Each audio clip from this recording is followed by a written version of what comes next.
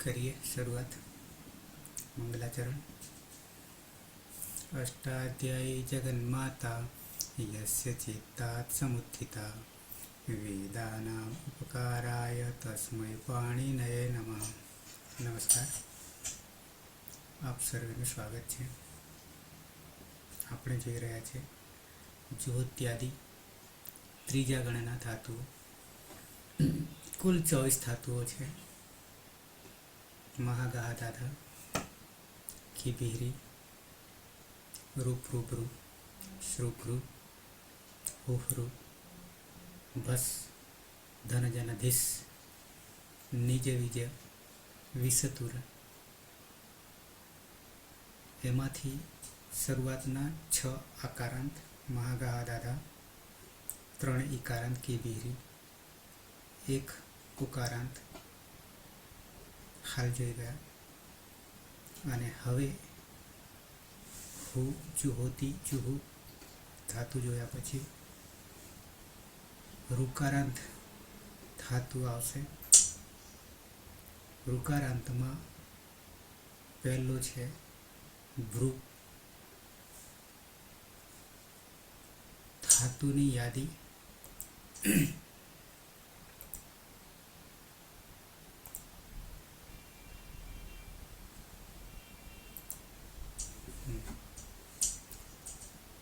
ज्योत्यादिगण। अष्टाध्यायी सहजबोध भाग 1 चौथुं प्रकरण। અને ધાતુઓની યાદીમાં અંતિમ ક્રમમાં 10મા ક્રમે ત્રીજા ગણને મૂક્યો છે। અહીંયા તમે જોઈ શકશો 1906 1906 આપણે કુલ ધાતુ 1930 જ છે। તો 1907 થી લઈએ અને અંતિમ 24મો ધાતુ ગણીએ તો 1930 અહીંયા દેખાશે તુર ધાતુ। ત્યાં સુધીની ગણતરી ઉપદેશ અવસ્થામાં ઔપદેશિક ધાતુ। ધાતુ 2 પ્રકારના, ઔપદેશિક અને આતિદેશિક। આતિદેશિક પ્રત્યયાંત પણ કહીશું, સનાદિ વગેરે પ્રત્યયો લાગીને। નામ ધાતુ પણ કહીશું। અને આ ઔપદેશિક છે એ મૂળ છે। તો મૂળ 1930 જ છે। કોઈ 2000 ગણશે, કોઈ 2100 ગણશે, કે 1970 ગણશે, કે જે કંઈ ગણશે, પણ એ બધામાં 1930 છે। કેમ 1930 છે, કેમ 1970 છે, વગેરે વગેરે કરતાં એનું નિરાકરણ પણ સ્પષ્ટતા કરેલી છે। તો આપણે જ્યોત્યાદિ ગણમાં જ્યોત્યાદિભ્ય શ્લુહ એ વિકરણ પ્રત્યયનું સૂત્ર છે। અને વિકરણ પ્રત્યય આવે ખરું કર્તરી શબ્દથી। કર્તરી શબ્દ કોમન છે સાર્વધાતુક તિંગ પ્રત્યય માટે। સાર્વધાતુક તિંગ પ્રત્યય કોને કહીશું અને આર્ધધાતુક તિંગ પ્રત્યય કોને કહીશું? તો 4 લકારને લટ, લંગ, લોટ અને વિધિલિંગ, આ 4 લકારને તિંગ પ્રત્યયો લાગે છે ત્યારે એ સાર્વધાતુક પ્રત્યય કહીશું। કર્તરાર્થક સાર્વધાતુક પ્રત્યય કર્તરી પ્રયોગમાં સાર્વધાતુક 4 લકારને લાગે ત્યારે આ 4 લકારને તિંગ પ્રત્યય લાગશે ત્યારે 10 ગણને 10 ગણને જે તે ગણનો વિકરણ પ્રત્યય લાગશે। 10 માંથી કોઈ ગણને વિકરણ પ્રત્યય નહીં આપ્યો હોય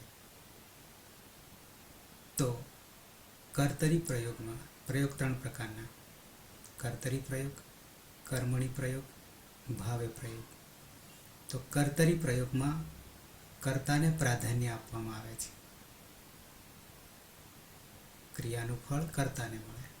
કર્મણી પ્રયોગમાં કર્મને પ્રાધાન્ય આપવામાં આવે. ભાવેમાં ક્રિયાને પ્રાધાન્ય આપવામાં આવે. તો કર્તરી પ્રયોગમાં સાર્વધાતુક તિંગ 4 લકારને પ્રત્યય લાગશે ત્યારે વિકરણ પ્રત્યય જે તે ગણનો લગાડવો પડે. ને જે કોઈ ગણનો વિકરણ પ્રત્યય નહીં હોય તો કર્તરી શપ કોમન છે. શપ વિકરણ પ્રત્યય કોમન છે. અને જ્યાં વિકરણ પ્રત્યય જે તે ગણમાં કયો હોય તો તે લાગશે, અને જ્યાં નહીં કયો હોય ત્યાં સપ લાગશે. કર્મણી હોય ત્યારે યક લાગશે. એ આવશે, હજી વાર છે. તો અહીંયા કર્તરી શબ્દ તો લાગે છે, પણ જ્યોત્યાદિભ્ય શ્લુહુ થી શ્લુનો અર્થ લોપ થાય છે. કોનો લોપ? તો કે શપનો લોપ. શ્લુ લોપ. શ્લુનો અર્થ લોપ થાય છે. 61 કે એવું એક સૂત્ર છે, ત્યાં લુક્શ્લુ લુપઃ આવું સૂત્ર છે. અદર્શનમ લોપઃ પછીનું તરતનું છે. તસ્ય લોપઃ જે છે એ હિતકર્ણમાં છે. તો ત્યાં 4 શબ્દો વાપરે છે. એક લોપ વાપરે છે, એક લુક વાપરે છે, શ્લુ વાપરે છે અને લુક વાપરે છે. ચારેયમાં જુદી જુદી રીતે જુદી જુદી બાબતો લોપ થાય છે. એમાં એક શ્લુ છે. અને જ્યાં શ્લુ લાગે છે, ભલે લોપ તો થઈ જાય છે, પણ શ્લુ લાગે છે ત્યાં શ્લવથી પાછો દ્વિત્વ થાય છે. તો દ્વિત્વ જે છે એ 6-1-1 થી 6-1 12 સુધીના 12 સૂત્રો છે. અને આ થયા પછી અભ્યાસ કાર્ય થાય છે. અને અભ્યાસ કાર્ય જે છે 7મા અધ્યાયના 4થા પાદમાં 58મા સૂત્રથી અંત સુધી એ અભ્યાસ કાર્ય છે. તો આપણે હવે જે જોવા જઈ રહ્યા છીએ ધાતુને, એ ધાતુ આ ભ્રુયાદિ ધાતુ જે છે, ભ્રુયાદિ, ભ્રુય ચ વર્ગનો 5મો અનુનાસિક, ચ છ જ ય આદિ, ભ્રુય આદિ ધાતુ. તો એક ગણ તો 10 છે. ભવાદિ, પદાદિ, જીવોત્યાદિ, દિવાદિ વગેરે ચુરાદિ સુધી દરેક ગણના પહેલા ધાતુના આધારે નામકરણ પડ્યું છે. પહેલો ભવાદિ છે તો ભૂ ધાતુના આધારે, જીહોત્યાદિ છે તો હુ ધાતુના આધારે જીહોતિ. તો એ ગણોમાં પણ, મુખ્ય ગણોમાં પણ ઉપગણો આવેલા છે. અંતર્ગણ જેને કહીશું. અંતર્ગણમાં અહીંયા જીહોત્યાદિ ગણમાં ભ્રુયાદિ ધાતુ નામે 3 ધાતુઓનો સમાવેશ કરીને ગણનું નામકરણ આપી દીધું છે ભ્રુયાદિ ગણ. ગણ પણ તમારે જોવું હોય તો હું બતાવીશ તમને. અંતર્ગણ કેટલા છે એ પણ આ યાદી અલગ કરેલી છે. તો ભ્રુયાદિ ધાતુમાં 3 ધાતુ આવે છે. ડુભ્રુય, મા અંગ, ઓહાંગ.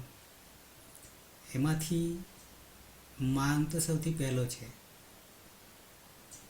પછી ઓહાંગ પણ આ મા અને હા 2 આકારાંત આપણે જોઈ ગયા. ઓહાંગ અને મા અંગ બંને અનુદાત, ગીત, આત્મનેપદમ. અંગ અંગ અનુદાત અને અંગની સંજ્ઞા થાય તો આત્મનેપદી ધાતુ. તો આ બંને આત્મનેપદી હતા. એ બંને જોઈ ગયા આકારાંત હોવાના કારણે શરૂઆતમાં જોઈ ગયા. શરૂઆતમાં પહેલો મા અંગ જોયો. ઓહાંગ પણ જોઈ ગયા. ઓહાક અને ઓહાંગ 2 જોઈ ગયા હા હામાં. આ બાકી રહી ગયો હતો અંતર્ગણમાં.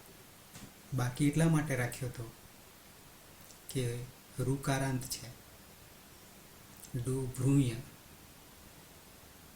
તો સાથે ભ્રુયાદિ અંતર્ગણ છે, ઉપગણ છે.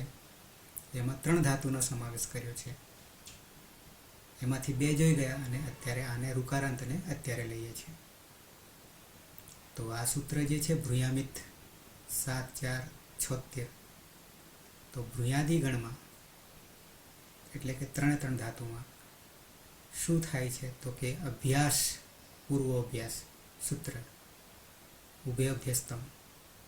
તો એ અભ્યાસને એટલે આગળ પૂર્વવાળાને દ્વિત્વ કરતા અભ્યાસને ઈ રસ્વ ઈ થઈ જાય છે. તો આ સૂત્ર હવે લાગુ પડશે પાછું મા આંગને પણ લાગુ પડ્યું હતું અને ઓહાંગને હાને પણ લાગુ પડ્યું હતું. 3 સૂત્રો અને 3 ધાતુ માટે આ ભ્રુયામિત સૂત્ર લેવું પડ્યું. એ ઉપરાંત જ્યારે રૂ ધાતુ આવશે કે પ્રૂ ધાતુ આવશે ત્યારે એ કર્યા પછી હજી ઉમેરાશે અભ્યાસને અર્થી પીપરત્યોસ છે અત્યારે આપણે નહીં લેવું, ત્યાં પણ ઈ થાય છે. પછી આ બી ઘ્રુ અને હૃ ઋકારાંત છે પણ છાંદસ છે. તો છાંદસમાં છાંદસ એટલે વૈદિક માત્ર વેદમાં વપરાશે તો ત્યાં પણ સૂત્ર બદલાઈ જાય છે. બાહુલકાથી ઈ થાય છે બધામાં ઈ થાય છે. અભ્યાસમાં કાર્ય એનું એ થાય છે પણ એ કાર્ય કરવા માટે સૂત્રો માત્ર બદલાઈ જાય છે, કાર્ય બદલાતું નથી. બધામાં ઈ જ થાય છે. ભ્રુયામિતમાં ઈ થાય છે, અર્થી પીપરત્યોસ્ચમાં પણ ઈ થાય છે અને ઘૃ બાહુલકાતથી આ સૂત્ર છે એનાથી પણ ઈ થાય છે. તો 3 સૂત્રોનું કાર્ય તો ઈ જ કરે છે પણ સૂત્રો બદલાઈ જાય છે ધાતુના કારણે. કોઈ વૈદિક છે, કોઈ દીર્ઘ ઋકારાંત છે, કોઈ રસ્વ ઋકારાંત છે યા કોઈ અંતર્ગણનો છે, જેના કારણે સૂત્ર બદલાય છે, કાર્ય બદલાતું નથી. તો હવે ભ્રુયામિતનો ઉમેરો થશે આપણી પાસે આગળ 2માં આવ્યો તો. એ ઉપરાંત ઋકારાંત ધાતુમાં ભ્રુ ભ અને ઋ ભ્રુય છે. સૌથી પહેલા ઈતકરણ કરવાનું છે ઉપદેશ અવસ્થામાં. તો અહીંયા છે હલ અંત્યમ સૂત્રથી અંતિમ છે હલ અંત્યમ ઈત સંજ્ઞા સ્યાત. 1 3 3 સૂત્ર છે. અને ડુ જે છે આદિરી ટુડાવહ આદિમાં ડુ હોય તો પણ ઈત સંજ્ઞા થઈ જશે. તસ્ય લોપઃ અદર્શનમ લોપઃ રહેશે ભ્રુ. તો એકાચ થઈ ગયો. પણ જ્યારે દ્વિત્વ કાર્ય કરીશું, અભ્યાસ કાર્ય કરીશું, દ્વિત્વાભ્યાસ કાર્ય કરીશું તો અનેકાચ થઈ જશે.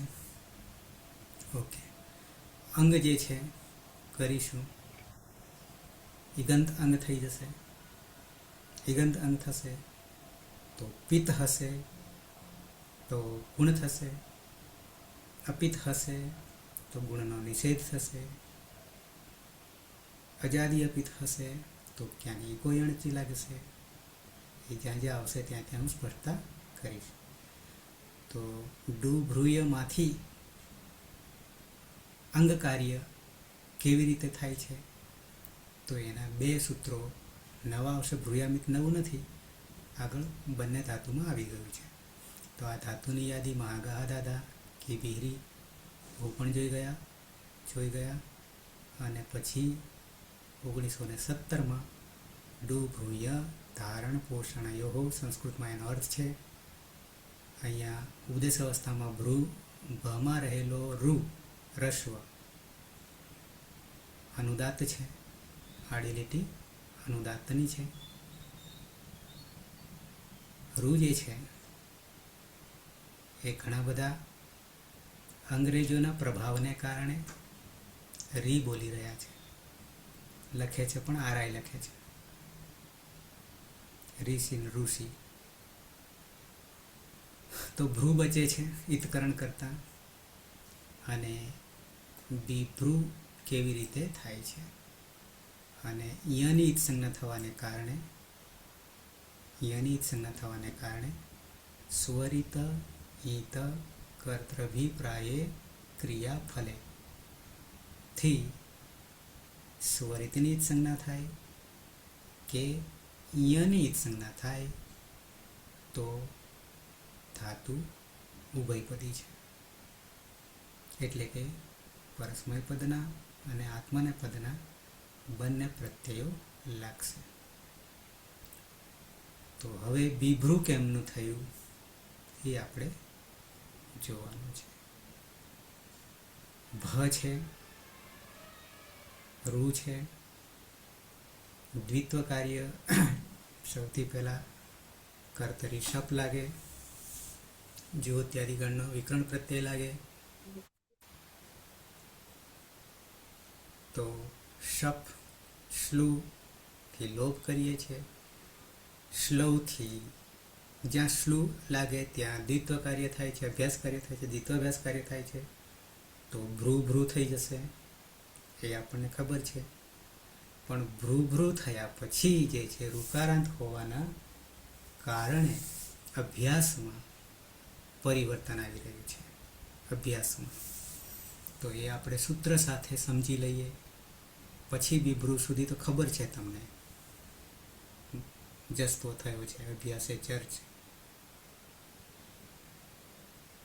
નીચે સહેજ દર્શન કરાવીએ અને પછી અષ્ટાધ્યાયમાં આવીએ. અચ્છા, તો ધાતુની યાદી.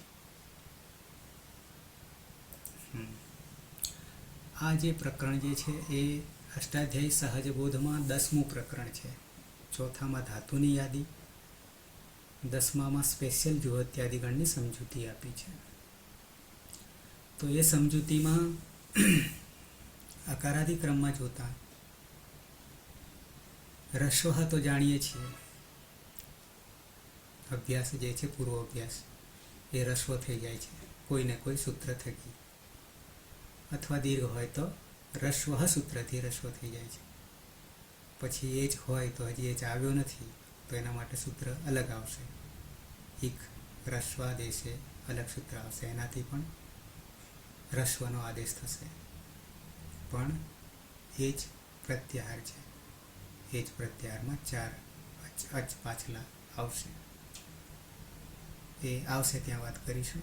રસ્વ જાણીએ છીએ, પણ આ ચોથા ક્રમમાં તમને દેખાય છે ઉરત 7, 4, 66.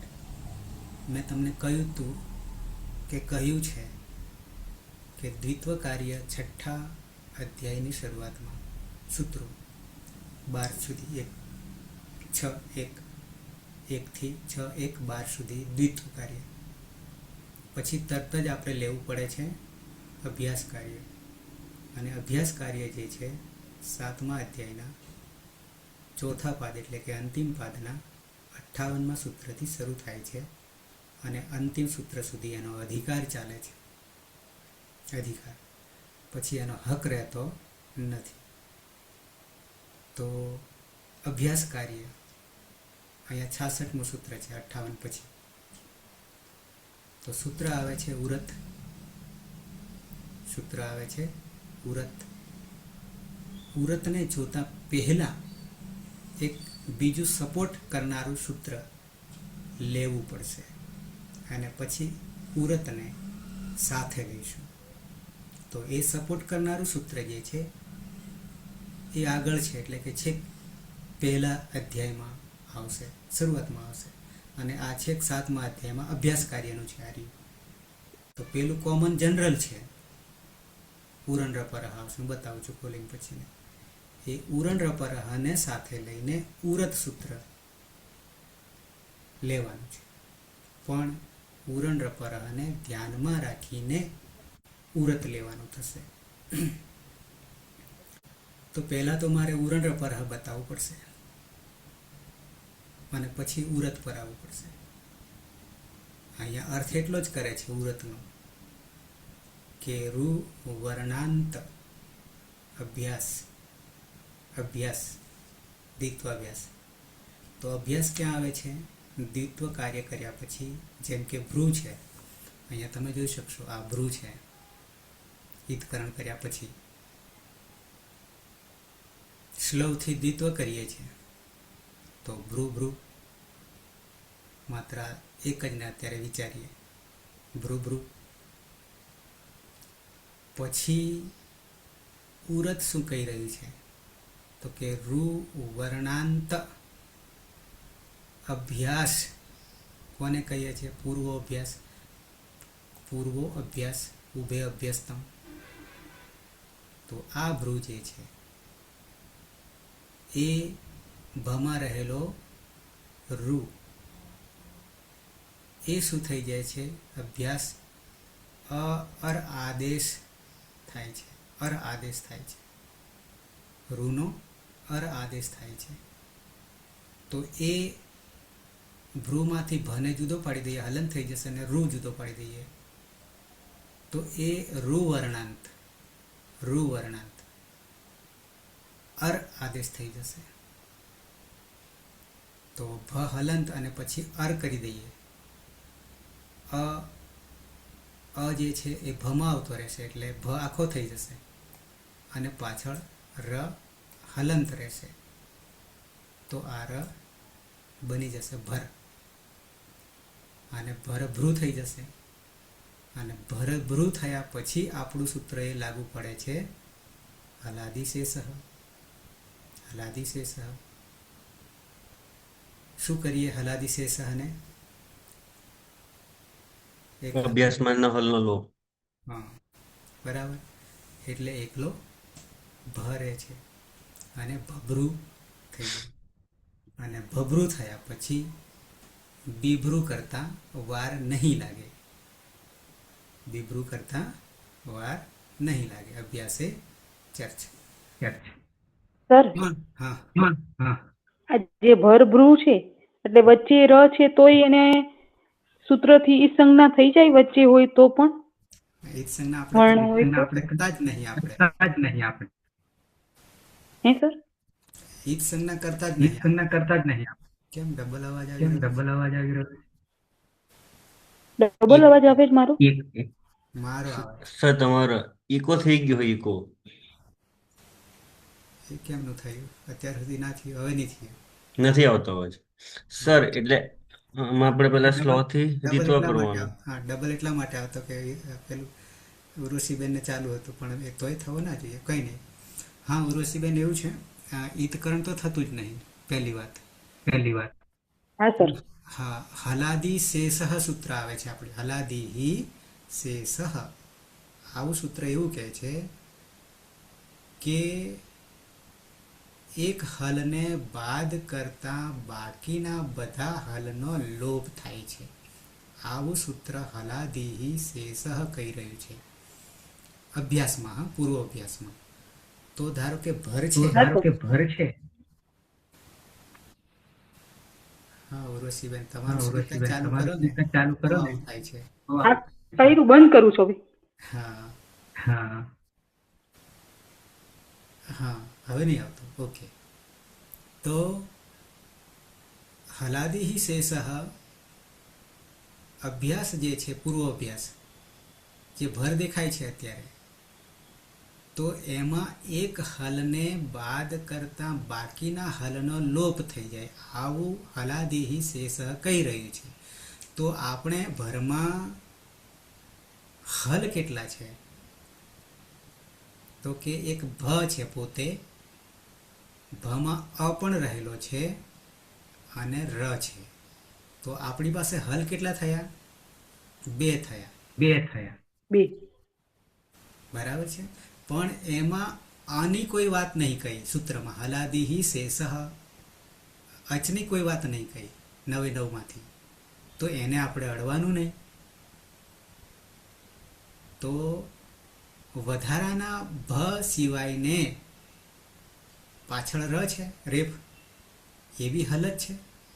તો એને આપણે બાદ કરી દઈએ. ઈદકરણ નહીં કરતા. હલાદિહિ શેષ એકને રાખવાનો છે, બાકીનો લોપ કરવાનો છે. પણ ઈદકરણથી નહીં. હલાદિહિ શેષ હતી. હા સર. ક્લિયર? હા. ઓકે. હજી આમાં સપોર્ટનું સૂત્ર મારે ઉરણ રપરહ બતાવવાનું છે. ઉરણ રપરહમાં આપણા 14 માહેશ્વર સૂત્રો, એટલે હવે સીધો હું ત્યાં જઈશ, એ વસ્તુ અહીંયા બતાવી નથી એટલા માટે. અભ્યાસે ચર્ચા આપણે જાણીએ છીએ, પછી લાસ્ટ આવી રહ્યું છે અને એનાથી આપણે બ થઈ જશે, જસ્તો થઈ જશે, ત્રીજો થઈ જશે ચોથાનો, એટલે બભરું થઈ જશે. અને બભરું થયા પછી ભ્રુયામિત સૂત્ર જે છે એ અભ્યાસને પાછો ઈ કરશે, આગળ આવ્યું હતું, એટલે બીભ્રુ થઈ જશે અને બીભ્રુ અંગ બની જશે. અને બીભ્રુ રૂ અંગ જે છે એ ઈગંત અંગ છે, ઈક અંત છે, ઈ ઉ રૂ લુ. ઓકે, ત્યાં પછી આવે પણ ઉરત એટલું જ કહે છે કે અર થાય છે રુકારાંત અભ્યાસને. આટલી જ વાત આમાં છે. પણ એ ઉરતની સાથે હું તમને એક બીજું બતાવું છું, ઉરણ રપર બતાવું છું.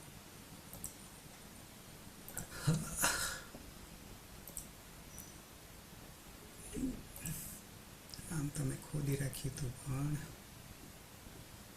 ભ્રુયામિત.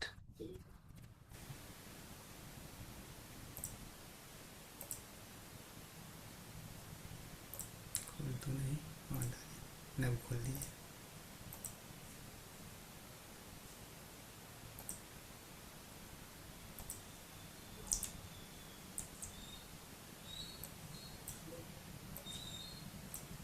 એક 51.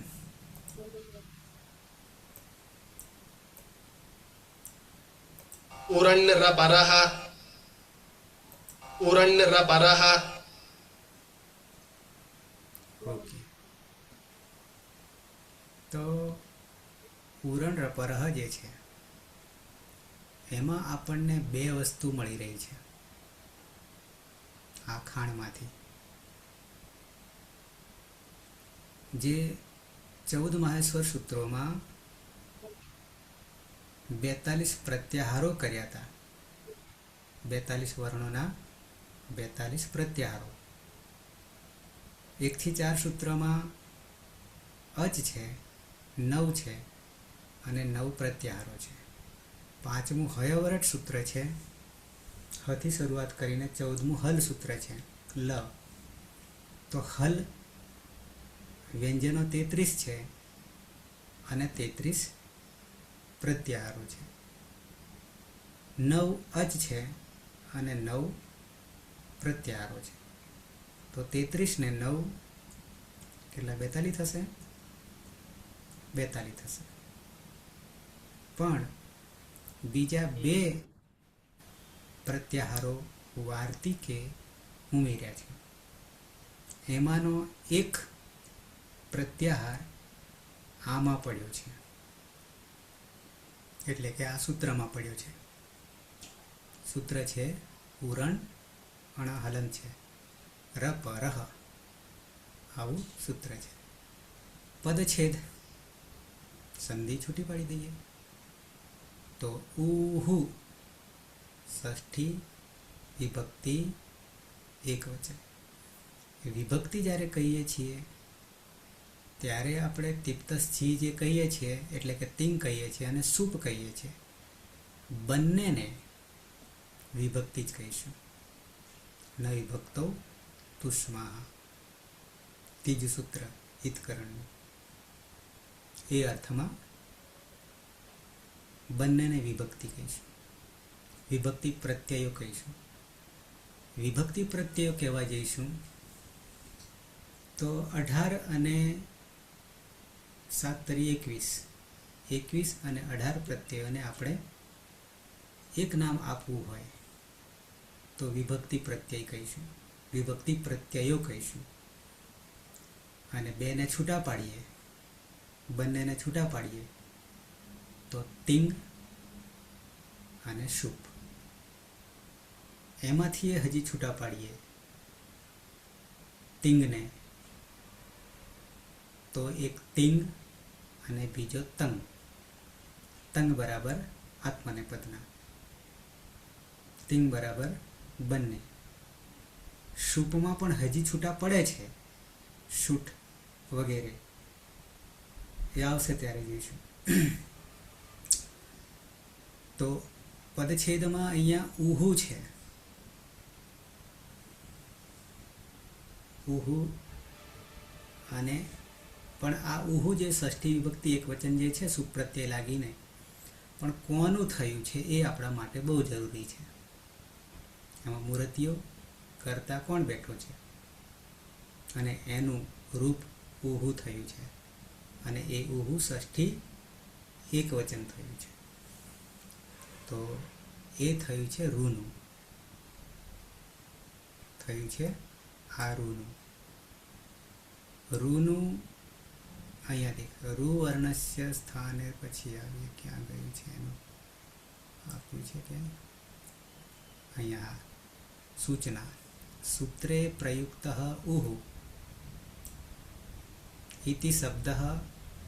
આ ઉ જે પદ મૂક્યું છે ને ઉપર ઉરણ, એમાં આ જે આ ઉ જે છે ને ઉહુ, રનો વિસર્ગ, રનો રેફ નો વિસર્ગ, અને પછી રમાં રહેલો અ બરાબર અણ, અને सच कहूं तो मैं टेक्निकली बहुत અણ પ્રત્યાહાર, અણ પ્રત્યાહાર, અને પછી રપરહ. આ રપરહમાં પણ હજી છૂટું પડશે, પછી પાડીએ. પહેલાં ઉહુ સમજી લઈએ. તો ઉહુ એ રૂપ છે, ષષ્ઠી વિભક્તિ એકવચન. કોનું છે? તો કે રૂ શબ્દસ્ય, રૂ શબ્દનું ષષ્ઠી એકવચન. હવે આગળ જવાની જરૂર નહીં, પણ આગળ એક વર્ણ હજી બીજો લેવાનો છે, પણ એ ક્યાં લેવાનો છે? આ રપરહ આવશે ત્યાં લેવાનો છે. તો રૂ વર્ણ જે છે અહીં રહેલો, સૂત્રમાં રહેલ, સવર્ણ ગ્રહણમ કરોતી, પણ કોનો સવર્ણ તરીકે ગ્રહણ કરે છે અને કેવી રીતે પણ અહીં આવ્યું છે તો તમને બતાવી દઉં. તો સવર્ણ ગ્રહણમ કરોતી, તો સવર્ણ આપણે કોને કહીશું? પહેલાં તો સવર્ણ કોને કહીશું? તો આ જે 42 વર્ણો છે, અલ 42 એટલે અલ, તો એ અલનું ઉચ્ચારણ સ્થાન છે, આભ્યંતર પ્રયત્ન છે, બાહ્ય પ્રયત્ન છે, ઘોષ છે, એ જો કે પેલામાં આવી ગયું, બાહ્યમાં આ બધું આવી ગયું. એક વર્ણની 4 ઓળખ છે, એક વર્ણની 4 ઓળખ છે, અને એ 4માં સરખા જેમ કે ઉચ્ચારણ હોય તો કંઠ છે, ધારો કે કંઠ્ય, તો અકુહ વિસર્જન્યા નામ કંઠ છે. 8 વર્ણો, અ કુ ક વર્ગ 5, હ અને વિસર્ગ બરાબર 8, એટલાનું ઉચ્ચારણ સ્થાન કંઠ છે, અને એને બીજું નામ આપી દઈએ કંઠ્ય. કેમ? તો કે કંઠમાંથી નીકળ્યા છે.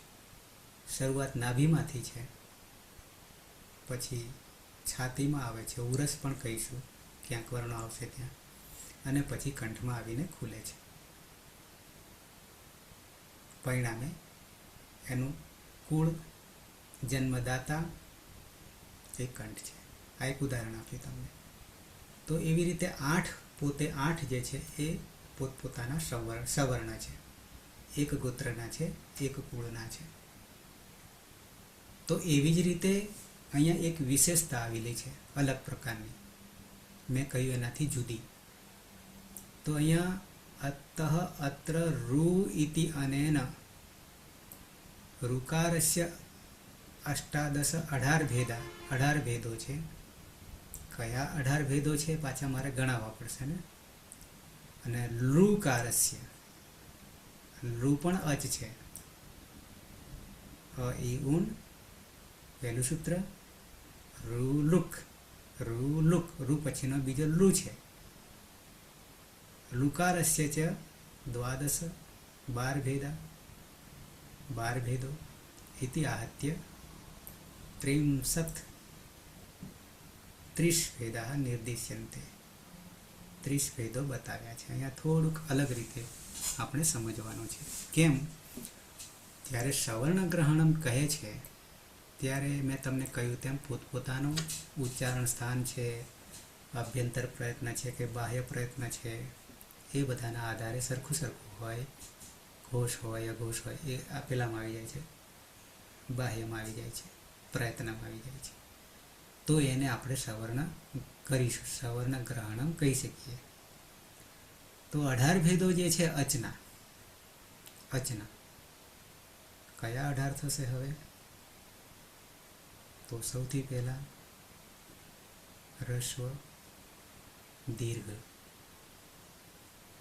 રસ્વ દીર્ઘ એ જ બેમાં ઉદાત્ત, અનુદાત્ત અને સ્વરિત 3 થયા, એકના, રસ્વના, દીર્ઘના, અને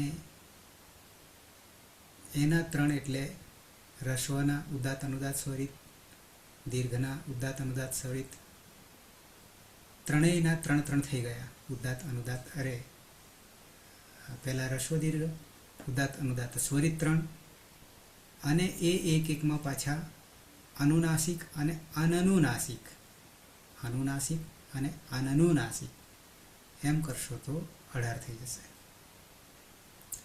પણ કેટલાક પાછલા જે છે, પાછલા એટલે અ, ઈ, ઉ અને રૂ જે છે એમાં રસ્વય થાય ને દીર્ઘ થાય, પણ લુ જે છે એને દીર્ઘ નહીં થતો, માત્ર રસ્વ થાય છે અને પ્લુત થાય. હજી એક રહી જતું હતું આપણે, રસ્વ દીર્ઘ અને પ્લુત. તો પ્લુતમાં પણ પાછું ઉદાત્ત અનુદાત્ત અને સ્વરિત એમ કહીને 18 થશે. પણ જે 12 ભેદો છે એમાં પાછલા 4 અચ જે છે, પાછલા 4 એચ, એ એચમાં રસ્વ નહીં, દીર્ઘ અને પ્લુત જ છે. લુ જે છે એટલે પાછલા 4 ને માત્ર 12 થશે, કારણ કે રસ્વનો આખો ભાગ નીકળી ગયો. પછી લુ જે છે એ દીર્ઘ નથી, રસ્વ છે અને પ્લુત છે એટલે 12. પણ રૂ અને લુ બે સવર્ણ નથી, છતાં સવર્ણ કહ્યા છે, તો એના માટે વાર્તિક છે, જોવું પડશે. તો અહીંયા શું સમાનતા છે જેના કારણે ઉચ્ચારણ સ્થાન જોવા જઈએ તો રૂટુ રસાણા મૂર્ધા, રૂનું ઉચ્ચારણ સ્થાન તો મૂર્ધા છે, મૂર્ધા ઉપરનો ખાડો, મુખમાં ઉપરનો ખાડો, અને લુતુલસા નામ દંતા, આ લુ જે છે એનું ઉચ્ચારણ સ્થાન તો દંત છે, બંને સવર્ણ છે જ નહીં, છતાં આપણે સવર્ણ તરીકે ગ્રહણ કરવાનું છે. કોને? રુકારને, લુકારને. તો રુકારના 18 ભેદ અને લુકારના 12 ભેદ, બેને ભેગા કરી દઈએ તો 30 થઈ જશે. તો એ બંનેમાં સમાનતા કોણ છે? તો સમાનતામાં ગણવા જઈએ તો જે ભ પછી આપણે રૂ કરીએ છીએ, ભ્રુ, તો જે રૂ છે અને લમાં પણ આ જે દેખાય છે રૂ, લ પછી રૂ કરીએ તો લુ થઈ જાય. બીજી રીતે આપણે સમજવા માટે તમને કહું તો આ રૂ જે આપણને સંભળાય છે એ બેમાં સમાનતા છે. પરિણામે ઉચ્ચારણ સ્થાન જુદા છે, છતાં બંને સવર્ણ છે એવું વાર્તિકે કહ્યું છે અને સ્વીકારવું પડ્યું છે. અને એ જ સ્વીકારવાના કારણે આપણને ઉરણ રપરહ જે છે એ સૂત્ર માં ઉહુ એટલે રુકાર, નો કે નોનીનું ના, રૂનું અણ પ્રત્યાહાર છે, અણ પ્રત્યાહાર છે. પણ અણ પ્રત્યાહાર 42માં આપણને 2 વાર અણ મળે છે. એક પહેલા સૂત્રમાં અણ મળે છે 14મા સૂત્રમાં, અને છઠ્ઠા સૂત્રમાં લણમાં અણ મળે છે. તો પહેલામાં અણ ગણીએ, કઈ જગ્યાએ પહેલા અણને લેવાના અને કઈ જગ્યાએ બીજા અણને લેવાનો. તો ધારો કે ઉરણ રપર છે એ પહેલા અણને લેવાનો છે પ્રત્યાહારને, તો 3 ગણાશે. અને બીજો અણ છઠ્ઠામાં લણ ગણીએ તો 9 ને બીજા 5 ઉમેરાઈ જશે. હયાવરટને લણ તો 13 થઈ જશે. અણમાં એક અણમાં 3, બીજા અણમાં 13 વર્ણો આવશે. પણ ક્યાં 13 ને સ્વીકારવા ને ક્યાં 3 ને સ્વીકારવા? તો સૂત્રો ફિક્સ જ છે. ઉરણ રપરહ છે, આ સૂત્રમાં અણ પહેલા અણને ગણીશું. બીજા અણમાં 3 પ્રત્યાહારો છે, ત્યાં પણ અણ છે બરાબર 13. ઈણ પણ છે, અહીંયા ઈણ નહીં થાય, પહેલામાં એક જ થશે, અણ થશે બરાબર 3. અ ઈ ને ઉ. છઠ્ઠામાં અણ છે એના 3 પ્રત્યાહારો, અણ, ઈણ અને યણ. ઈણમાં એક નીકળી ગયો અને યણમાં અંતઃસ્થ 4. અંતઃસ્થ અર્ધ સ્વર,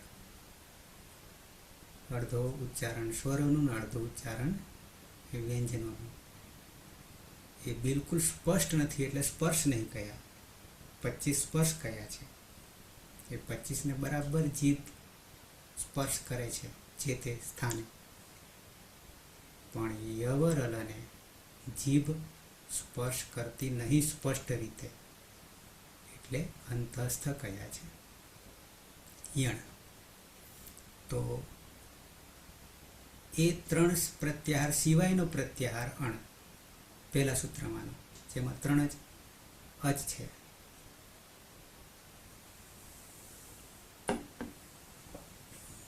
ઓકે, તો આ તમને એક બીજી વાત યાદ કરાવું છું કે 14 માહેશ્વર સૂત્રોમાં સૌથી અગત્યનું કામ જે છે, મોટામાં મોટું કામ, કે જે થયા વગર આગળ જ નહીં જવાતું, એ છે 14 માહેશ્વર સૂત્રો. અને એ 14 માહેશ્વર સૂત્રોમાંથી 42 વર્ણો છે અને 42 વર્ણોમાંથી 42 પ્રત્યાહારો છે. 42 પ્રત્યાહારોમાંથી કયા કયા 42 છે, કયા પ્રત્યાહારમાં કેટલા વર્ણો છે, એ જ્યાં સુધી બરાબર સ્પષ્ટ નહીં થાય ત્યાં સુધી આગળ આપણું કામ કાચું રહેશે, પાકું નહીં થાય. ઊંઘમાંથી ઉઠાડીને તરત 42માંથી કે 44 પ્રત્યાહારોમાંથી ગોદો મારીને પૂછે કે આ પ્રત્યાહાર બરાબર કેટલા વર્ણો, કયા કયા, એ તરત જ આવડી જવું જોઈએ, તો આગળ કામ ચાલશે. એને યાદ રાખવા માટે આપણી પાસે 4 ટ્રીપ છે, પદ્ધતિ છે, મેથડ છે. જુદી જુદી રીતે યાદ રાખવું. કોને? પ્રત્યાહારોને. પ્રત્યાહારોને જન્મ આપનારું બ્રહ્માસ્ત્ર સૂત્ર, જેનાથી 52 પ્રત્યાહારો બને છે. કોણ કહેશે? પ્રત્યાહાર બનાવનારું સૂત્ર આદિર અંત્યન સંહિતા. નંબર, ક્રમ નંબર, સૂત્રનો નંબર 1-1-71. 1-1-71. એ ક્રમ પણ ભૂલાવો નહીં, જરૂરી છે. તો કક્કાને શોર્ટ લાઘવતા કરવા માટેનું સૂત્ર એ આદિર અંત્યન સંહિતા, આદેહિ અંત્યન સંહિતા. આ સૂત્રથી 52 કામ થાય છે. 52 પ્રત્યાહારો બને છે. પ્રત્યાહારાવલી આ વેબસાઇટ પર અષ્ટાધ્યાયી.com પર અહીંયા તમે આ 3 લીટી દેખાય છે આ જગ્યા પર, ત્યાં તમને આ જે પ્રત્યાહારાવલી દેખાય છે એમાં 52 નીકળશે અને તે પણ ક્રમશઃ પહેલા અણ નીકળશે, પછી ક આવ્યો તો અક ઇક ઉક નીકળશે, પછી અંગ આવ્યો એ અંગ એક દેખાશે. એમ ક્રમશઃ 52 પ્રત્યાહારો અહીંયા આપેલા છે. પણ એનું ઉત્પત્તિ સ્થાન બનાવનારું સૂત્ર આદિર અંત્યન સહાયતા 1-1-71. આટલી વાર્તા પૂરી થઈ. પણ આ બ્રહ્માસ્ત્રથી સૂત્રથી તો પ્રત્યાહારો બનશે. કુલ બનાવવા હોય તો માત્ર 14 માહેશ્વર સૂત્રોમાંથી 588 પ્રત્યાહારો બને છે. આનો ઉપયોગ કરીએ તો, એ સિદ્ધાંતનો ઉપયોગ કરીએ તો, એ નિયમનો ઉપયોગ કરીએ તો, આદિર અંત્યન સહાયતા સૂત્રનો ઉપયોગ કરીએ તો કેવી રીતે 588 બને? તો આપણી પાસે વર્ણો કેટલા છે? 42. અને ઈત સંજ્ઞક વર્ણો કેટલા છે? તો કે 14. 42 ગુણ્યા 14 કરો અને જે જવાબ મળે તો એ 14 માહેશ્વર સૂત્રોનો પ્રત્યાહારો બને. કારણ કે આદિ તરીકે આપણે બધાને લઈ શકીએ, 42 ને લઈ શકીએ. પણ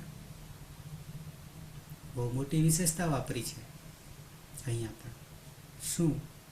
તો કે 42 જ વર્ણો છે તો 42 જ રાખો ને. 2 વારથી કેવું ઉમેર્યા છે પ્રત્યાહાર, તો 44 થાય, બાકી 42. એમાંય બેલેન્સ રાખ્યું સરખું. તો કે 9 જ છે તો ત્યાં 9 જ જેવા પૂરા થાય તો ત્યાં પ્રત્યાહારો પણ 9 જ રાખો ને. પછી 33 વ્યંજનો છે તો ત્યાં પણ પ્રત્યાહારો 23 જ રાખો ને, માન્ય કરો ને. એટલે કે ઉપયોગમાં 42 પ્રત્યાહારોનો જ ઉપયોગ કર્યો છે, બાકીનાનો ઉપયોગ કર્યો નથી. જેનો ઉપયોગ થાય છે એટલા જ આપણે ગ્રહણ કરવાના છે, બાકીનાને ગ્રહણ કરવાના નથી. તો 588 હોય તો આપણે દશા શું થાત? ઓકે. તો અહીંયા એક બીજો નવો પ્રત્યાહાર આપણને મળે છે આ સૂત્ર થકી.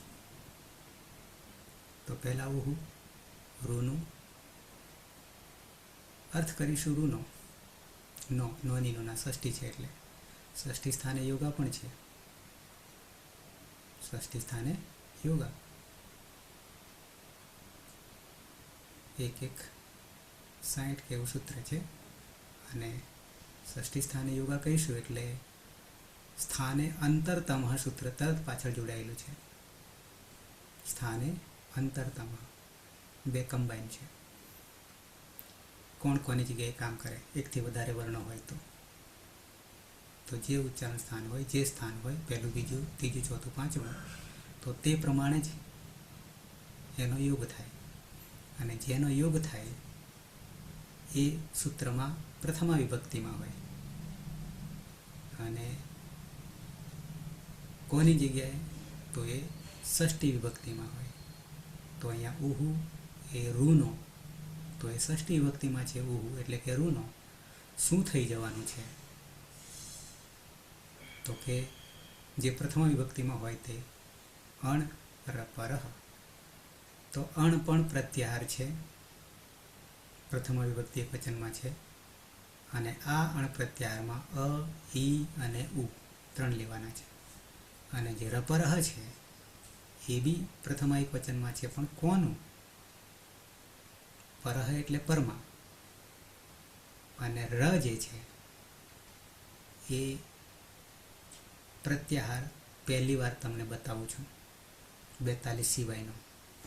તો ર પ્રત્યાહાર બની રહ્યો છે. અને ર પ્રત્યાહારમાં 2 વર્ણોનો સમાવેશ કરીશું. કયા કયા? તો એ તમને હું નીચે બતાવું છું. કેવી રીતે બન્યા એનું પણ કારણ આપ્યું છે.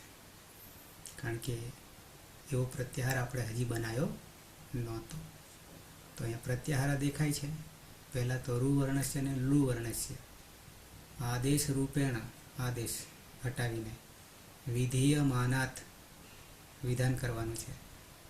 અવર્ણાત, ઈ વર્ણાત અને ઉ વર્ણાત એટલે અણ પ્રત્યાહાર. અણ બરાબર અ, ઈ ને ઉ. અનંતરમ નિત્યમ હંમેશા યથાસંખ્યમ રેફઃ લકારઃ વિધીયતે. હવે અહીંયા રેફ જે છે ર છે અને લકાર લ છે. લકાર રેફ અને લકાર એકને આપણે રેફ કહીએ છીએ, બાકી બધાને પાછળ કાર કરીએ છીએ. તો એ બે વર્ણોનો પ્રત્યાહાર જે છે કોનો? રેફનો અને લકારનો. તો એ અહીંયા તમને બતાવી રહ્યો પ્રત્યાહાર. અણ બરાબર અહીંયા દીર્ઘ લઈ લીધા છે, પણ આપણે બાળકોને ગણીએ, પ્રત્યાહારને ગણીએ ત્યારે અ, ઈ ને ઉ. પછી ઉપયોગમાં કરીએ ને કાર્યમાં ત્યારે અ, આ, ઈ, ઉ દીર્ઘ પણ હોય તો. હવે આ ર પહેલી વાર તમને આપું છું અત્યાર સુધી 175-76 કલાક પછી શું આપું છું? ર પ્રત્યાહાર. ર પ્રત્યાહાર. તો ર બરાબર પ્રત્યાહાર લઈએ ત્યારે એમાં બે છે. એક ર છે રેફ જેને કહીએ, અને લ જે છે લકાર કહીએ. ર બરાબર ઓકે. હવે ર બરાબર પ્રત્યાહાર છે અને ર પરહ પરમાં બે અર્થ કરીશું. રકાર અરે રેફ અને લકાર. સમજીએ. રૂ વર્ણસ્ય સ્થાને ઉહુ ઇત્યુક્તે ઋકારસ્ય દીર્ઘ ઋકારસ્ય અને લુકારસ્ય ચ. અને લુ પણ આપણે ગણી લેવાનો છે. કેમ ગણવાનો છે લુને? સવર્ણ છે. 30 કહી દો, બેને ભેગા કરી દીધા. આ બંનેની જગ્યાએ યત્ર અણવર્ણસ્ય અણ પ્રત્યાહાર 3 આદેશ ભવતી. રૂની જગ્યાએ લુની જગ્યાએ. કેવી રીતે? તો કે તસ્માત અણવર્ણાત નિત્યમ રેફઃ અપી ભવતી વિધીયતે. એવમ એવ તેમજ લુ વર્ણસ્ય સ્થાને યત્ર અણવર્ણસ્ય આદેશ ભવતી તત્ર તસ્માત અણવર્ણાત નિત્યમ લકારઃ અપી વિધીયતે. બેનું વિધાન થાય છે. રેફનું થાય છે અને લકારનું થાય છે. તો એ કેમ થાય છે? તો એ આ ભેદોની વાત કરી, અને ભેદોની વાત કર્યા પછી જેમ કે એક ઉદાહરણ એક જ જોઈશું. નીચે બધા આપ્યા છે. આ રુકાર છે, એમાં અણવર્ણ રપરા ભવતી કેવી રીતે અર થાય છે? તો બ્રહ્મ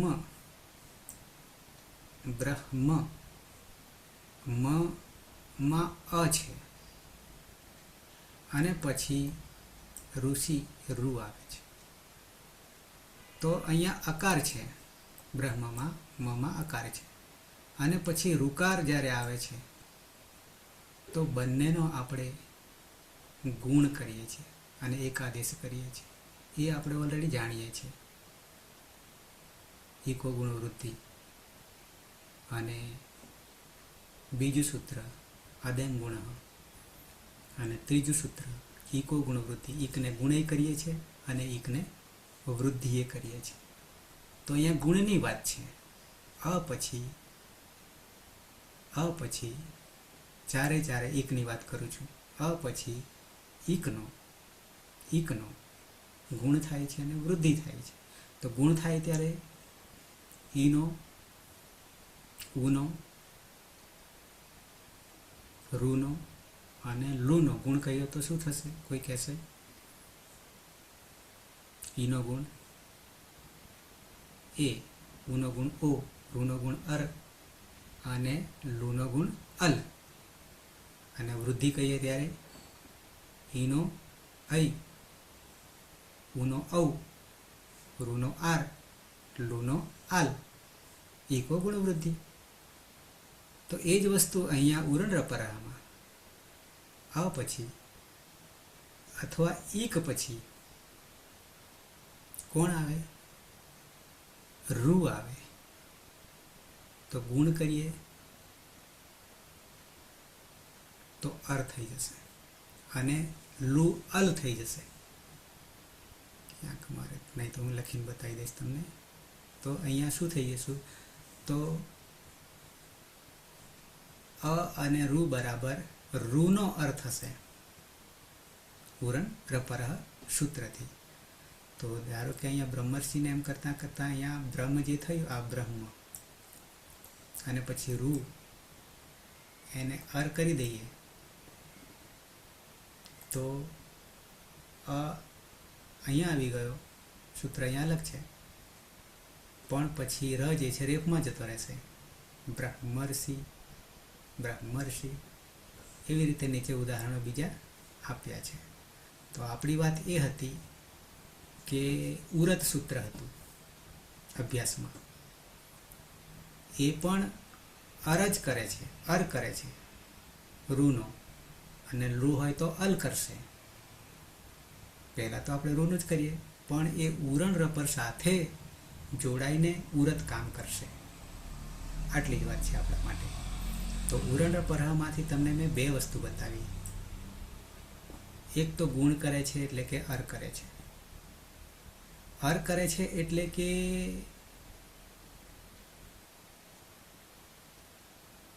આપણી પાસે ત્રણ છે. ઈ હોય તો ઈર કરશે, ઉ હોય તો ઉર કરશે અને રૂ હોય તો અર કરશે. આવી ત્રણ વસ્તુ કરશે. અહીંયા ખાલી રૂ છે એટલે આપણે એકલું અર રાખીએ.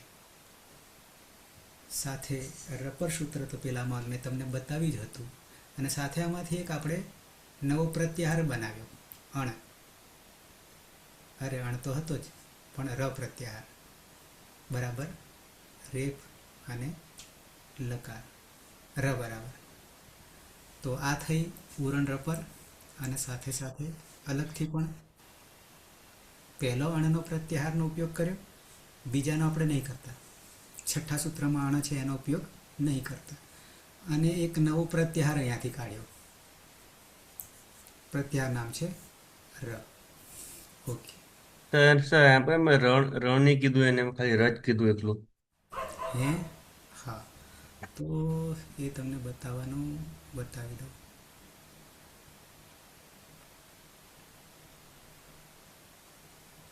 અહીંયા લખ્યું હશે તો બતાવી દઉં ને, ન લખ્યું હોય તો પણ બતાવી દઈશ.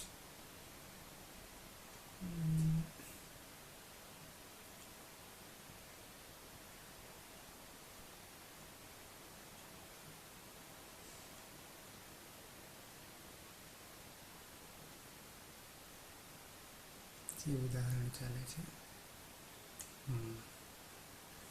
અહીંયા આ સૂત્ર જે છે ને, સૂત્રક્રમ 1.1.51 એ તમે આખું એક નજર કરી, પણ સંસ્કૃતમાં છે.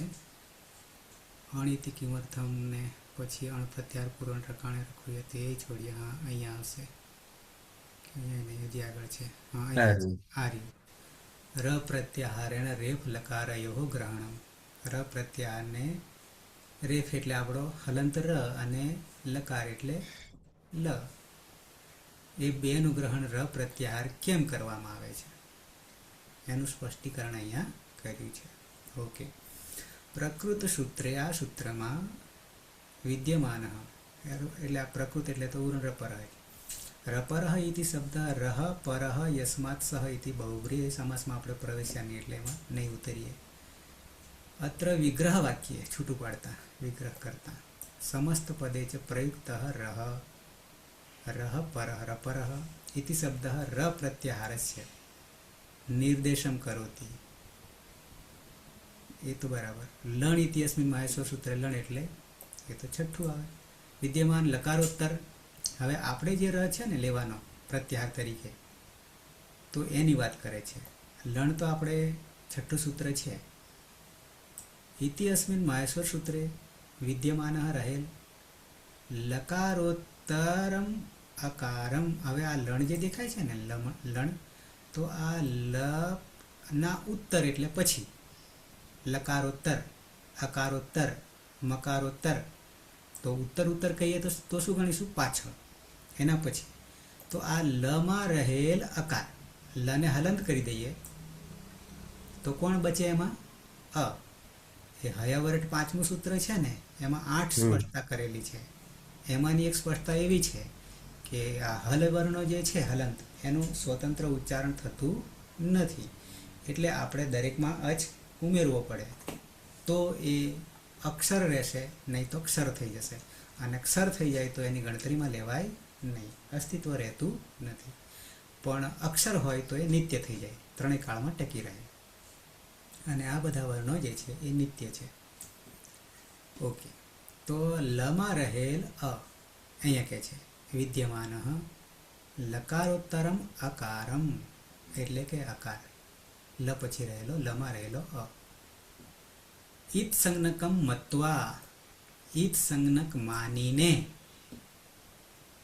હવે જો ઈત સંજ્ઞકમાં આપણે માનવા જઈએ ને તો શું કરવું પડે ખબર? તો આપણે લકારોના જે નામકરણ કરીએ છીએ ને, 12 લકાર કે 10 લકાર, તો લટ લીટ વગેરે કરીએ ને, તો એ લમાં રહેલા અને આપણે શું કરીએ છીએ?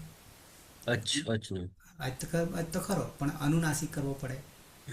અને અનુનાસિક કરીએ તો બધામાં લ હલંત જ બચે છે, કારણ કે પાછલા વર્ણો તો બધા ઈત સંજ્ઞક હલંત છે. હલંત એમથી જતા રહે, લટમાં, લંગમાં, લીટ બધા 12 તો ત્યાં પણ લ હલંત બચે. તો એવી જ રીતે અહીંયા જો આપણે ઈત સંજ્ઞકમ મત્વા માનીને અકારને લણમાં રહેલો, લણ સૂત્રમાં છઠ્ઠા સૂત્રમાં જે લણ છે એ લમાં રહેલો અ, એ કેવો છે? ઈત સંજ્ઞક મત્વા માનીને. તો હવે એને ઈત સંજ્ઞક માનીએ તો આપણે એને શું કરવું પડે? મૂળ ઉપદેશ અવસ્થા. તો આપણે સૂત્ર ઈત સંજ્ઞક અચનું તો શું છે? તો કે ઉપદેશ અનુનાસિક ઈત, પહેલું જ સૂત્ર ઈતકરણનું. તો એને અનુનાસિક માનવો પડે, સ્વીકારવો પડે, તો જ ઈત સંજ્ઞક થઈ જાય ને. ઓકે, તો એ અ ઈત સંજ્ઞક ગણીને તો લ હલન થઈ ગયો. હયવરટ આગળ જુઓ. હવે હયવરટ પાંચમું સૂત્ર પછી છઠ્ઠું, હયવરટ અને લણ. હા, તો હયવરટ એમાં સૂત્રસ્ય રેફેણ સહ. તો હવે આ એક નવો પ્રત્યાહાર આપણે બનાવવા જઈ રહ્યા છે, કે બનાવ્યો છે. તો હ ય આદિરંત્યન સંહિતામાં આપણે હને આદિ બનાવીએ, યને બનાવીએ, વને બનાવીએ અને રને બનાવીએ. કોઈ પણ આદિ તો બનાવી શકીએ આદિરંત્યન સંહિતા. ઓકે, તો સૂત્રસ્ય આ સૂત્રમાં, પાંચમા સૂત્રમાં હયવરટ છે, એમાં રેફેણ સહ. તો હવે આદિ તરીકે આપણે કોને લઈશું? રેફને. રેફને. અને પછી સહ તસ્ય ગ્રહણમ કૃત્વા ર વત્તા અ બરાબર ર બરાબર ર ઇતિ પ્રત્યાહાર સિદ્ધ્યતિ, સિદ્ધ થાય છે. તો હવે ટને તો આપણે ગણવાના નહીં, કોઈ પણ એને 14 માંથી અંતિમ તો ગણતા નહીં, હલંત્યમથી ઈત સંજ્ઞા થઈ જાય. તો કે આ ર વત્તા અ અને પછી આપણે લણસૂત્ર આવે છઠ્ઠું, તો એમાંય લમાં રહેલા અને અણ તો ઈત સંજ્ઞા છે જ, એ તો જાણીએ છીએ, પણ લની અંદર રહેલા અને પણ લકારોત્તરમ અકારમ ઈત સંજ્ઞકમ મત્વા જાણીને તો આપણે અટકીશું, અણ સુધી નહીં જઈએ, અણ સુધી જતા નહીં, પણ અહીંયા એક અને લમાં રહેલા અને પણ ઈત સંજ્ઞક કરી દઈએ અને રથી શરૂઆત કરીએ છીએ આદિરંત્યન સંહિતા બરાબર ર અનેન પ્રત્યાહારે તસ્ય લકારસ્ય ચ ગ્રહણમ ક્રિયતે. તો આ એકલા ર પ્રત્યાહારથી રેફ એટલે રજ અને લકારસ્ય લકારનો ચ ગ્રહણ ચ અને ગ્રહણ બેનું ગ્રહણ થાય છે. કોનું રેફ અને લકારનો. આવું હા આ સૂત્રથી સર એટલે ઉરણ રપરથી આ ર પ્રત્યાહાર બને એટલે ઉરણ રપર હતો તો એ રપર અર ઈર અને ઉર કરી રહ્યું છે સૂત્ર તો, પણ પ્રત્યાહાર નવો બનાવે છે એ વાર્તિકમાં છે. હા સર એટલે આ પેલું સૂત્ર નહીં લાગે આમાં આદિરંતી અને સંહિતા આ મને લાગે ને ર પ્રત્યાહાર. આદિરંત્યનો સહાયતા જે છે હમ એનો ઉપયોગ તો કરીશું, પણ સાથે વાર્તિકને ઉમેરવું પડશે. એટલે હલન પાછળ નહીં લગાડવાનો આમાં. હમ એમ ખરેખર આ બને તો રણ બને ને એમ બનાવવો હોય તો. હા, એકલો ર બન્યો, પણ ર બન્યા પછી એને આપણે બે વર્ણોને ગ્રહણ કરવાના છે. હમ એક રેફ એટલે જ ર અને લકારને લકાર ગ્રહણ કરવાના. એ આવું બહુ ઓછું આવશે. એક હજી બીજો છે એ આપણે 7મા સૂત્રમાં છે, જે મ છે ને મકાર યમંગણનમ, એમાં એક આવે છે વાર્તિક. એમ કહીને બે નવા પ્રત્યાહારો બનાવેલા છે. માતાજીની બુકમાં 42 જ છે, 10 વધારે એટલે એક્સ્ટ્રા. હા, એ તો પેલા તિંગ તંગ ને એ બધા છે. 52માં ગણીએ તો સૂટ પણ છે, બરાબર. પણ 42માં 44 કર્યા છે, એમાંનો એક આ પણ છે. અને એક જે બચી જાય છે એ મમાં કરેલો છે, મનો કરેલો છે. આવી ક્યાંક ત્યાં સ્પષ્ટતા છે. પણ એડિશન એટલે 9 આવશે તેમાં 44 આવશે હવે એમ નવા એક એડિશનમાં. ઉમેરવાનો એટલે એ ના, એવું નહીં. બે વાર્તિકે ઉમેર્યા છે. હા, વાર્તિક ને લીધો. હા, પાણીની એ તો 42 જ રાખ્યા છે. એક્સ્ટ્રા બે કહી એટલે વાર્તિક ને લીધે. હા, ઓકે. સમય ખાસો બધો લીધો, આપણો અંત આવ્યો નહીં. તો ઉરણ રપર અને ઉરત બે કમ્બાઈન છે. બે કમ્બાઈન છે એટલે ત્યાંથી પાછા લઈ લેશું અને લગભગ કામ ત્યાં પૂરું થશે. અહીંયાથી અટકીએ છીએ. ખાસ સૂચના તમને એ આપવાની છે કે હું કાયમ માટે કહેતો હોઉં છું કે સમયનું બરાબર પાલન કરીએ તો સમયસર આગળ વધી શકીએ. અને ધારો કે હું 5 મિનિટ રાહ જોઈશ 9:05 સુધી, પણ મારે 9:10 સુધી જોવું પડે છે ક્યારેક. એ ન થાય, બરાબર છે. સમય જ આપણા માટે મોટી કસોટી છે જીવનની, આની નહીં. એટલે 9 વાગે આવી જઈશું. સિવાય કે મારે 9 વાગે ન ચાલુ હોય તો તમે નહીં આવી શકો. પહેલાં હું આવીશ તો જ શક્ય બનશે, બરાબર. પણ હું બને ત્યાં સુધી ભાગ્યે જ આવું થાય કે ના પહોંચી વળું ત્યારે, બાકી તો હોઉં છું. કોઈને કહેવું છે કંઈ?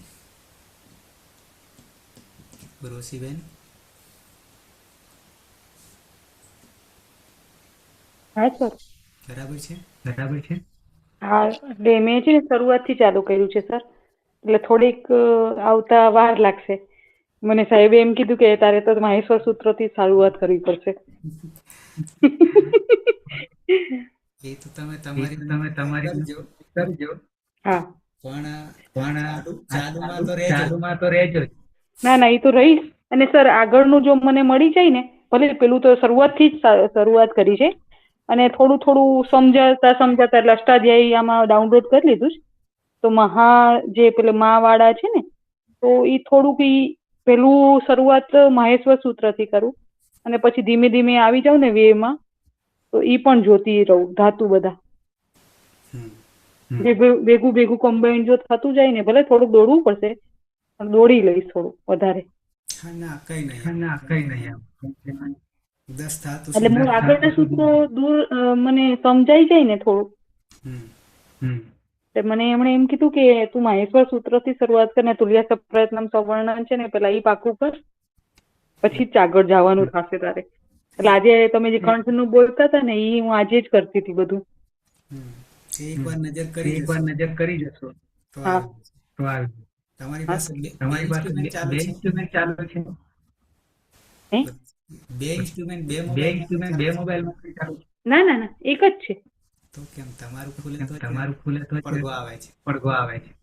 હા એટલે હું છે ને અંદરના રૂમમાં બેઠી છું એટલે એવું હશે. કદાચ કોઈ વાંધો નહીં. કોઈ વાંધો નહીં. તો તમને શરૂઆત જે છે પહેલા તો 14 માહેશ્વર સૂત્રો, પછી પ્રત્યાહારો એના જ 42-44, અને પછી ઉચ્ચારણ સ્થાન 8 ઉચ્ચારણ સ્થાન છે, મુખ્ય 5, મુખ્ય 5. હા સર. અને પછી ઉચ્ચારણ સ્થાન પૂરું થાય એ સહેલું છે, અનુભૂતિનો જ વિષય છે, ગોખવાનો વિષય નહીં. એ પછી પ્રયત્ન આવશે. બાહ્ય પ્રયત્ન 11, આભ્યંતર પ્રયત્ન 5, એમાંનું જ છે. એ બે વસ્તુ ક્લિયર થઈ જશે. અને પછી 18 ભેદો. 18 ભેદોમાં રસ્વ દીર્ઘ પ્લુત એ ત્રણેયના ઉદાત્ત અનુદાત્ત સ્વરિત, અને એ ઉદાત્ત અનુદાત્ત સ્વરિત 3 તરી 9 રસ્વ દીર્ઘ પ્લુત, અને એના બે પાછા પડશે, અનુનાસિક અને નિર્નુનાસિક. પૂરું થયું 18. એમાંથી દીર્ઘમાં 12 જ થશે, અને જેને માત્ર રસ્વ થાય એના 12. આ રીતે 18, 12, અને એકલા રૂલું ભેગા થાય તો 30. આટલું પૂરું થયા પછી ઈતકરણ આવશે 1 3 2 થી 1 3 2 થી 1 3 10 સુધી આવે. મૂળ 7 જ છે મુખ્ય. અને ઈતકરણ પછી 4 સૂત્રો એવા છે. ઈતકરણના સૂત્રો જોયા પછી 4 સૂત્રોમાં શું આવે? અતીત, ઉપદા, દીર્ઘ અને સત્વાદી 4 કાર્ય. સત્વાદી, સત્વ, નત્વ, ઉપદા, દીર્ઘ અને એક ભૂલાય છે. એ 4 કાર્યો આવશે. અને આટલું કર્યા પછી સીધા આપણે પ્રત્યય ધાતુનામાં આવી જઈએ છીએ. તિંગ સર્વધાતુક તિંગ પ્રત્યયોમાં આવી જઈએ છીએ. એટલે આગળ આટલું સહેજ કવર કરવાનું થશે. ઓકે, છે ને માતાજીના વિડીયોમાં હા આ રીતે જ ને? બિલકુલ સેમ. પણ આપણે અહીંયા થોડેક બીજે ભરાઈ ગયા છે. આ ધાતુનું એક્સ્ટ્રા. હા, સીધા જે છેલ્લો ચલાવવાનો હતો 10મા ક્રમે, એને જ જાણે કે પહેલા ક્રમમાં જતા રહ્યા છે. એટલા માટે કે દ્વિત્વાભ્યાસનું સૂત્ર 2 3 આવ્યા હતા આપણી પાસે સનના કારણે. એટલે એક દ્વિત્વાભ્યાસનું પ્રકરણ જ પૂરું થઈ જાય. ભલે ને પછી 4 પ્રત્યયો બાકી રહે દ્વિત્વ કાર્ય કરવાના, પણ દ્વિત્વ કાર્ય શું થાય છે એ આખું આમાંથી આપણને ખબર પડી જાય છે. પાછા પહેલામાં આવી જઈશું, આ પૂરું થશે, 24 પૂરા થશે એટલે. ઓકે, પણ જુહોત્યાદી જે છે ને એ સમજ પડે તો બરાબર છે, નહીં તો છે અઘરું. પણ આ જો સમજી ગયા તો બાકીનું બધું સહેલું છે. અને એવું અઘરું લાગશે નહીં પાછું. હાલ જે ગતિથી જઈએ છીએ એ રીતે સમજાય છે તાત્કાલિક પૂરતું. પછી આખો એનો રિવ્યૂ હું તમને બનાવી આપીશ કે ક્યાં ડિફરન્સ આવે છે. ડિફરન્સમાં કંઈ નહીં. પિત્ત હોય ત્યારે શું કરવું, હલાદી પિત્ત અને અજાદી પિત્ત. હલાદી પિત્ત હોય ત્યારે ગુણ કરવો, અને અજાદી પિત્ત હોય ત્યારે ગુણ કર્યા પછી એચો અયવાયાવ ઉમેરાય. સર્વધાતુકાર ધાતુ કયો, અને ઉપધા હોય તો ઉપધાયિક હોય તો પણ માત્ર રસ્વ તો પુગંત લઘુપદ છે. હજી આવ્યું નથી. સર્વધાતુકાર ધાતુ કોઈ આવી ગયું છે, એચો અયવાયવય આવી ગયું છે. અને હલાદી અપિત હોય ત્યારે કંઈ નહીં, જોડી દેવાનું. કિંમતી જ 1 1 5 સૂત્ર ગુણનો નિષેધ કરી દે છે. પણ અજાદી અપિત હોય ત્યારે જુદા જુદા સૂત્રો આવે છે. ક્યાંક કોઈ અણથી, ક્યાંક સ્નાભ્યસ્તયો રાતઃ, આવા અલગ અલગ સૂત્રો ધાતુ પ્રમાણે ત્યાં એટલા વધારે છે. બાકી બધું કોમન છે. એક જમાં એટલે કે પ્રથમ પુરુષ બહુવચન જે છે અતિ, એમાં જુદા જુદા સૂત્રો. અને લંગમાં હી છે ત્યાં ક્યાંક ધી થઈ રહ્યો છે, અને ક્યાંક લોપ પણ થઈ રહ્યો છે, પણ અભ્યાસનો લોપ થઈ રહ્યો છે. આટલું જ છે, બીજું કંઈ છે નહીં. એને એકવાર સમજી જઈએ શાંતિથી તો બધું ક્લિયર થઈ જશે. ઓકે, આજે તો બહુ ખેંચ્યું. સમાપન કરીશું મંગલાચરણથી. પણ પ્રત્યાહારોને પાછું રહી જતું હતું. યાદ રાખવા માટે આપણી પાસે 4 ટ્રીક છે. એ પાછું રહી જતું હતું. પહેલાં તો 14 અંતિમ ઈતકરણના આધારે, એટલે કે અણના કેટલા બને, કના કેટલા, કયા કયા, અંગના કેટલા બને, ચના કેટલા બને, 4 બને, વગેરે વગેરે, એક પહેલી રીત, સૌથી સહેલી રીત. સાથે સાથે એ પ્રત્યાહારમાં વર્ણો કેટલા છે ને કયા કયા છે, તો આ પહેલી રીત. બીજી રીત તમને આપું, આમાંથી એક એક પ્રત્યાહાર કેટલા વર્ણોના બની રહ્યા છે. જેમ કે અણમાં અણ છે તો એક અણ એકલો એક જ બન્યો. હજી બીજા એવા ઈતસંજ્ઞક વર્ણ છે, જેમ કે ટ છે, અંગ છે, એ અંગ, ટ છે તો અટ, એવા 5 વર્ણો છે કે જેમાં એક જ પ્રત્યાહાર બન્યો છે. 2 પ્રત્યાહાર કેટલા ઈતસંજ્ઞક વર્ણના બને છે, તો કે 8મું સૂત્ર છે સ મૂર્ધન્ય, જભઈ, અરે જસ અને ભસ, આ 2 જ છે સ મૂર્ધન્ય સકારના. પછી 3 લેવા જઈએ ઈતસંજ્ઞક વર્ણના 3 પ્રત્યાહાર બનનારા. તો જેમ કે અણ છે, અણ, ઈણ, યણ. પછી ક છે, અક, ઈક, ઉક.